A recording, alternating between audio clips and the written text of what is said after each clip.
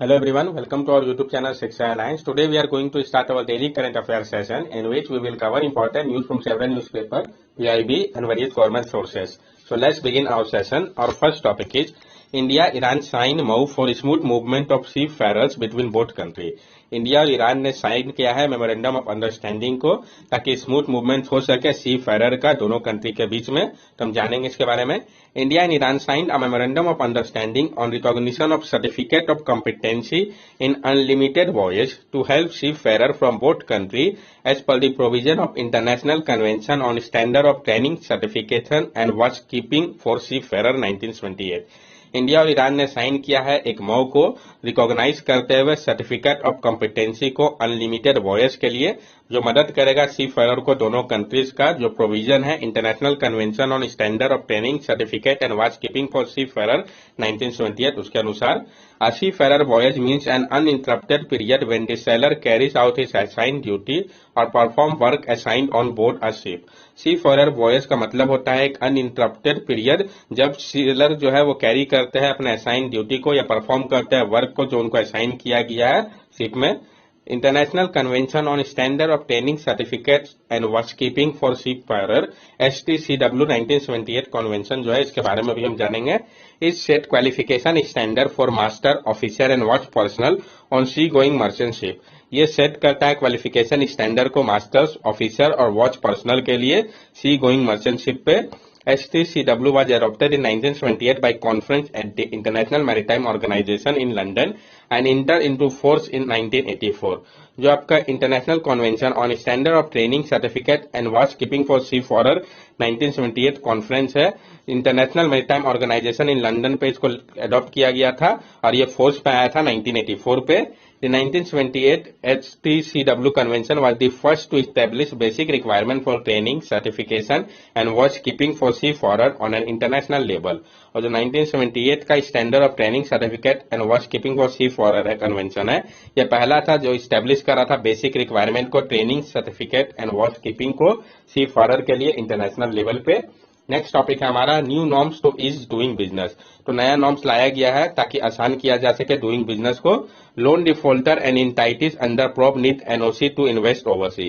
जो loan defaulter और entities होंगे जो कि प्रोप के अंतर्गत है उनको एनओसी लेना होगा इन्वेस्ट करने के पहले ओवरसीज में। मकसद क्या है इसका? The new norms for Indian investor are aimed at making it easier for domestic corporate to invest abroad while making it tougher for loan defaulter and other being probed by investigative agency and regulator to shift fund out of the country। जो नया norms है Indian investor के लिए इसका मकसद है कि आसान किया जाए डोमेस्टिक कॉर्पोरेट के लिए कि वो इन्वेस्ट कर सके अब्रॉड पे, जबकि टफर किया जाए लोन डिफॉल्टर के लिए या अदर जिनको प्रोब किया जा रहा है इन्वेस्टिगेटिव एजेंसी या रेगुलेटर के द्वारा कि वो शिफ्ट नहीं कर पाए फंड को आउट ऑफ द कंट्री। नया नॉर्म्स है क्या? सबस्यूम all norms on overseas investment. इसमें सबस्यूम किया गया है सारे नॉर्म्स को ओवरसीज इन्वेस्टमेंट के लिए। The new norms under the overseas investment rule and regulation notified under foreign exchange management act and administer by the RBI. जो नया नॉर्म्स है under overseas investment rule and regulation जिसको notify किया गया है foreign exchange management act के अंतर्गत, जिसको एडमिनिस्टर किया जा रहा है आरबीआई के द्वारा। नो गो सेक्टर, कोई भी गो सेक्टर नहीं है। Indian resident are not allowed to make investment in foreign entity that are engage in real estate activity और gambling in any form. Indian resident को नहीं अलाउ किया जाएगा कि वो इन्वेस्टमेंट करे किसी फॉरेन एंटिटीज में जो इंगेज हो रियल एस्टेट एक्टिविटी पे या गैम्बलिंग में किसी भी फॉर्म में। NOC bank defaulter and fraudster need to have a no objection certificate to acquire asset abroad. और जो बैंक डिफॉल्टर या फ्रॉडस्टर होंगे उनको एनओसी लेना होगा, नो ऑब्जेक्शन सर्टिफिकेट, तभी वो एक्वायर कर सकेंगे एसेट को अब्रॉड पे। 60 डेज टाइमलाइन, 60 डेज का टाइमलाइन दिया गया है। If authority bank fail to furnish the NOC within 60 days of receiving an application it way presume that they have no objection to the propose transaction. अगर authority या bank fail कर जाता है, नहीं furnish कर पाते NOC को 60 days के अंदर रिसीव करने के बाद एप्लीकेशन को, ये प्रज्यूम किया जा रहा है कि नो ऑब्जेक्शन जो है वो प्रपोज ट्रांजैक्शन के लिए दे दिया गया है। नेक्स्ट टॉपिक है हमारा जियो थर्मल पावर। तो हम जानेंगे जियो थर्मल पावर के बारे में। ONGC start drilling its first well at Puga, Ladakh to generate electricity using geothermal power to reduce the dependence of Ladakh on diesel run generator। तो कौन कर रहा है, कहां पे कर रहा है, ये इंपॉर्टेंट हो जाता है। ONGC जो है उसने स्टार्ट कर दिया है ड्रिलिंग उसका पहले वेल को पूगा लद्दाख पे ताकि जनरेट किया जा सके इलेक्ट्रिसिटी को यूज करके जियो थर्मल पावर का, ताकि रिड्यूस किया जा सके जो डिपेंडेंस है लद्दाख का डीजल रन जनरेटर के ऊपर। पूगा के बारे में हम जान लें। Puga hot spring area located at the junction of Indian and Tibetan plate along the Indus shutter zone has the greatest potential for the near term development of geothermal energy in the Indian subcontinent. जो Puga hot spring area है जो कि आपका located है junction में Indian और Tibetan plate के Indus suture zone पे, उसका ग्रेटेस्ट पोटेंशियल है नियर टर्म डेवलपमेंट के लिए जियोथर्मल एनर्जी का इंडियन सबकॉन्टिनेंट में। पोटेंशियल क्या है जियोथर्मल पावर का? As per the geological survey of India there are around 340 geothermal hot spring in India, जैसे कि आपका चुमंगथंग लद्दाख का, कैम्बे गुजरात का, खम्मम तेलंगाना का, तटापानी छत्तीसगढ़ का, रत्नागिरी महाराष्ट्र का। तो ये सारे जो लोकेटेड है कहाँ कहीं इंपॉर्टेंट हो जाता है, चुमाथंग लद्दाख, कैम्बई गुजरात में, खम्मम तेलंगाना में, तटापानी छत्तीसगढ़ में, रत्नागिरी महाराष्ट्र में। Though India has been one of the earliest country to begin geothermal project way back in 1970, but at present there are no operational geothermal plant in India. India का जो है one of the earliest country में से भारत एक है जिसने start कर दिया था जियोथर्मल प्रोजेक्ट को 1970 के टाइप में ही, लेकिन प्रेजेंटली क्या है कोई भी ऑपरेशनल जियोथर्मल प्लांट नहीं है भारत के पास। The top 5 countries in terms of geothermal power generation are US, Philippines, Indonesia, Mexico, New Zealand. और जो टॉप 5 कंट्री है जियोथर्मल पावर जनरेशन में वो आपका US, Philippines, Indonesia, Mexico, New Zealand है। ये रैंकिंग भी याद होना चाहिए। नेक्स्ट टॉपिक है हमारा फॉरएवर केमिकल। पहले भी हम लोगों ने इसे कंसीडर कर रखा है, ब्रीफली फिर से देखेंगे। A recent study published in Environment Science and Technology has found that rainwater from many places across the globe is contaminated with per and polyfluoroalkyl substance PFA, which are called forever chemical because of their tendency to stick around in the atmosphere, rainwater and soil for long period of time. एक recent study जिसको publish किया गया था environment science and technology पे, इसमें पाया गया है कि जो रेन वाटर है बहुत सारे प्लेसेस का पूरे ग्लोब में वो कॉन्टामिनेटेड है आपका पर एंड पॉलीफ्लोरोअल्काइल सब्सटेंस पीएफए से, जिसको कि हम फॉरएवर केमिकल भी कहते हैं, क्योंकि उनका जो टेंडेंसी है वो स्टिक कर जाता है एटमॉस्फेयर, रेन वाटर या सॉइल पे लंबे समय के लिए। इसी कारण इसको फॉरएवर केमिकल कहा जाता है। According to US Center for Disease Control and Prevention, PFA are man-made chemical used to make non-stick cookware, water-repellent clothing, stain-resistant fabric, cosmetic, firefighting foams, and many other products that resist grease, water and oil. और जो US centre for disease control and prevention है उसके अनुसार PFA जो है आपका ये man made chemical है जिसका उपयोग किया जाता है नॉन स्टिक कुकवेयर में, वाटर रिपेलेंट क्लोथिंग में, स्टेन रेजिस्टेंट फैब्रिक हो गया, कॉस्मेटिक हो गया, फायर फाइटिंग फॉर्म हो गया, या और कोई भी प्रोडक्ट जो रेजिस्ट करता हो ग्रीस, वाटर या ऑयल को। नेक्स्ट टॉपिक है हमारा पैसिफिक ब्लूफिन टूना। तो हम जानेंगे पैसिफिक ब्लूफिन टूना के बारे में। Concerted effort by countries like United States, Japan, Korea, Taiwan, and Mexico for decades to check overfishing had reaped result. The biomass of the Pacific bluefin tuna has increased and is second highest in recorded history. जो concentrated effort लिया गया countries जैसे कि US, Japan, Korea, Taiwan, Mexico के द्वारा decade में, इसके कारण जो ओवर फिशिंग था उसको चेक किया गया जिसका फ्रूट अब दिख रहा है। जो बायोमास है पैसिफिक ब्लूफिन टूना का वो बढ़ा है, ये सेकंड हाईएस्ट है जिसको रिकॉर्ड किया गया हिस्ट्री पे। Pacific bluefin tuna, Thunnus orientalis, is a predatory species of tuna found widely in the northern Pacific Ocean, but it is migratory and also recorded as a visitor to the South Pacific. जो Pacific bluefin tuna है जिसको कि हम थ्यूनस orientalis भी के नाम से जानते हैं, ये एक प्रीडेटरी स्पीसीज है टूना का जो कि पाया जाता है वाइडली नॉर्थन पैसिफिक ओशियन पे, लेकिन ये माइग्रेटरी है, इसको देखा गया विजिटर के तौर पर साउथ पैसिफिक में भी। नेक्स्ट टॉपिक है हमारा टोमेटो फ्लू। तो हम जानेंगे टोमेटो फ्लू के बारे में। A new infection dubbed tomato flu or tomato fever has been detected in India mostly among children younger than 5, according to a report in Lancet Respiratory Journal. जो एक report है Lancet respiratory journal का, उसके अनुसार जो एक नया infection है जिसको टोमेटो फ्लू या टोमेटो फीवर कहा गया है, इसको डिटेक्ट किया गया है भारत में ज्यादातर यंगर चिल्ड्रन पे जिसका एज 5 ईयर से कम है। टोमेटो फ्लू के बारे में हम जान लें।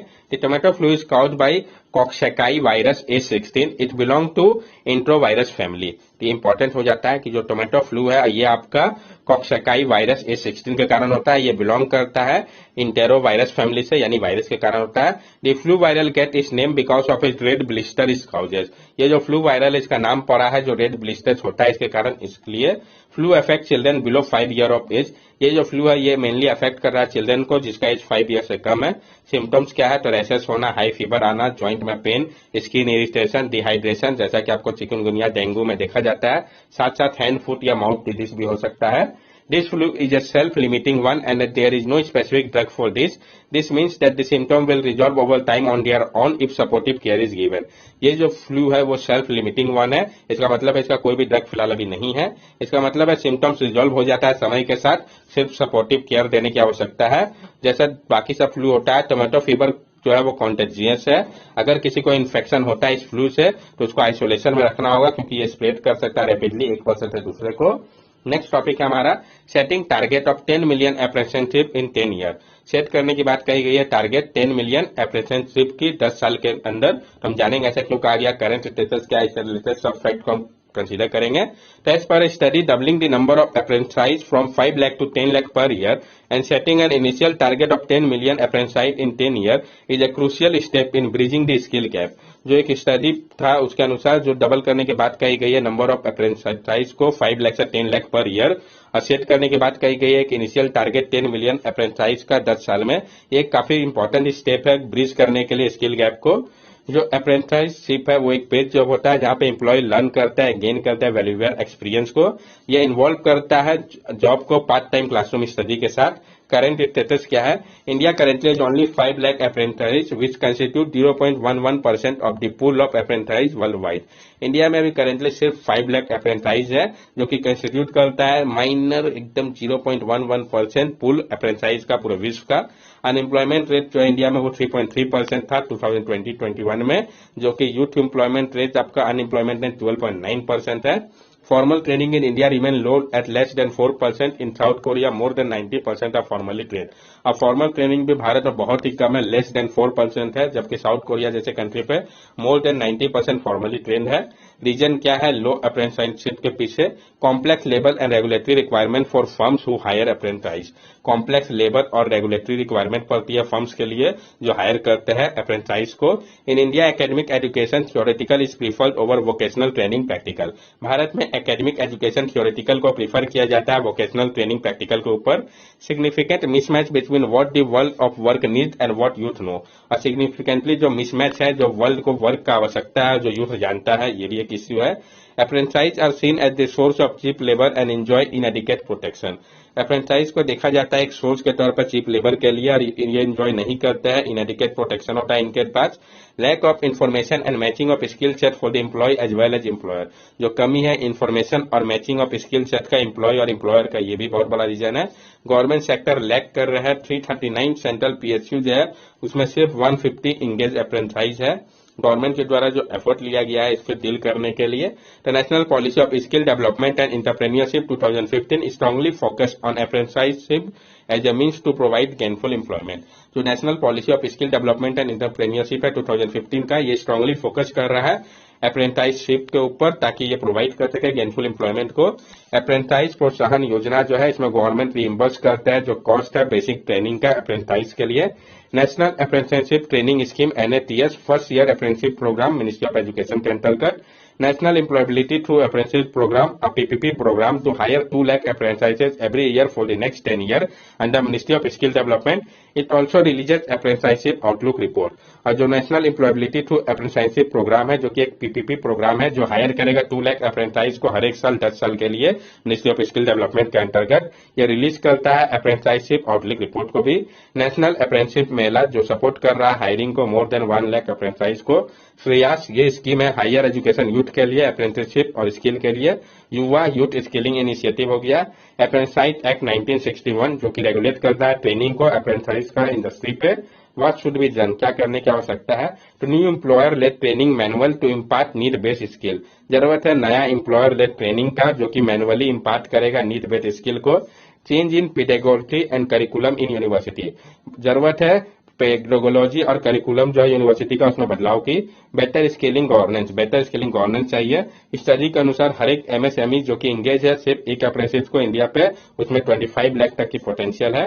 कंक्लूजन इससे हम क्या निकाल सकते हैं, ये जो रिफॉर्म है इंडिया जो है वो सिर्फ रैंप ही नहीं करेगा अप्रेंटिस एडॉप्शन को, बट काफी क्लोजर आ जाएगा जो कि पहले से ही हो रहा है यूरोप, चाइना, जापान जैसे कंट्री के, और पायनियर भी कर सकता है डिकेड में अगर इंडिया सही एफर्ट लेता है सही समय पे। तो that's all for daily current affairs session. अगर आपको हमारी वीडियो अच्छी लगी हो तो हमारे चैनल सब्सक्राइब करें, हमारे वीडियो को लाइक करें और ज्यादा से ज्यादा शेयर करें। These are our social media link. From here also you can stay connected with us and give us your valuable feedback. Thank you and have a nice day.